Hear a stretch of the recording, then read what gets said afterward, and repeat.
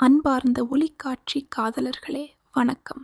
இன்றைய நிகழ்வில் நாம் பேசப்போகிறோம் ஒரு அழகான குரலும் ஆழ்ந்த உள்ளுணர்வும் கொண்ட ஒரு திறமையான கலைஞரின் பயணத்தை பற்றி. அவர்தான் அபிராமி கோபிகுமார்.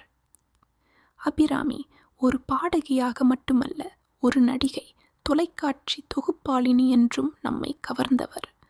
தமிழ், மலையாளம், கன்னடம் போன்ற பல மொழிகளில் தன்னுடைய குரலை பதிவு செய்து ஏராளமான ரசிகர்களின் மனதை வென்றிருக்கிறார். அவரது குரலில் ஒரு தனித்துவமான மென்மை இருக்கிறது.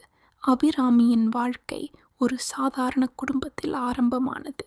ஆனால் இசை மீது இருந்த அவரது காதல் அவரை சின்ன வயதிலேயே சினிமா உலகிற்கு இழுத்து கொண்டு வந்தது. அவர் கற்றது மட்டுமல்ல, பாட்டை உணர்ந்து பாடும் திறமையும் அதில் அடங்கியுள்ளது. 90களில் குழந்தை நட்சத்திரமாகவும் பின்னர் ஒரு பாடகியாகவும் அறிமுகமான அபிராமி தன்னுடைய இளமையிலேயே பல வெற்றி படங்களில் குரல் கொடுத்து புகழ் பெற்றார். குறிப்பாக ஸ்ரீ ராமானுஜர் சீரியலில் அவர் நடித்தபோது மக்கள் மனதில் ஒரு விசேஷ இடம் பிடித்தார். அவருடைய குரலில் ஒரு ஆன்மீகம் கூட இருக்கும். இசையை வணங்கும் மனதுடன் பாடும் இந்த பெண்ணின் ஒவ்வொரு நிகழ்ச்சியும் நம்மை ஒரு உன்னத நிலைக்கு கொண்டு செல்லும். அந்த உணர்வுகளை ஏற்படுத்தும் திறன் மிகவும் சிலருக்கே உண்டு. அபிராமி ஒரு ஸ்டேஜ் ஷோக்களில் மட்டும் ஷைன் பண்ணும் நபர் அல்ல. யூடியூப் மற்றும் சமூக ஊடகங்களில் தனது கலையை பகிர்ந்து கொள்ளும் திறமையும் வைத்துள்ளார். அவளுடைய இசை வீடியோக்கள், கவிதைகள் மற்றும் ஆன்மீக நுண்ணறிவுகளும் ரசிகர்களை ஈர்த்துள்ளன.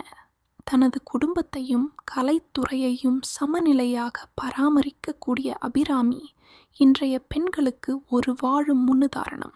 கலையும் குடும்பமும் சேர்ந்து நடத்த முடியும் என்பதை அவர் நிரூபித்திருக்கிறார். இன்றும் அவருடைய குரலில் ஒரு பசுமை இருக்கிறது.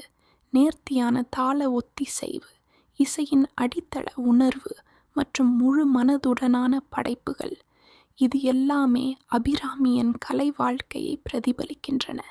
இசையை மட்டுமல்ல, வாழ்க்கையை அன்புடனும் அடக்கமுடனும் வாழும் அபிராமி கோபிகுமார் நிச்சயம் இன்னும் பலருக்கே வழிகாட்டும் ஒளிக்கதிராக விளங்கப் போகிறார். நன்றி. இது உங்கள் குரலில் ஒலிக்கும் ஒரு சிறப்பு கதை. அபிராமி இசையின் இனிமையும் வாழ்க்கையின் நெஞ்சளவையும் கொண்ட ஒரு கலைவழி. **.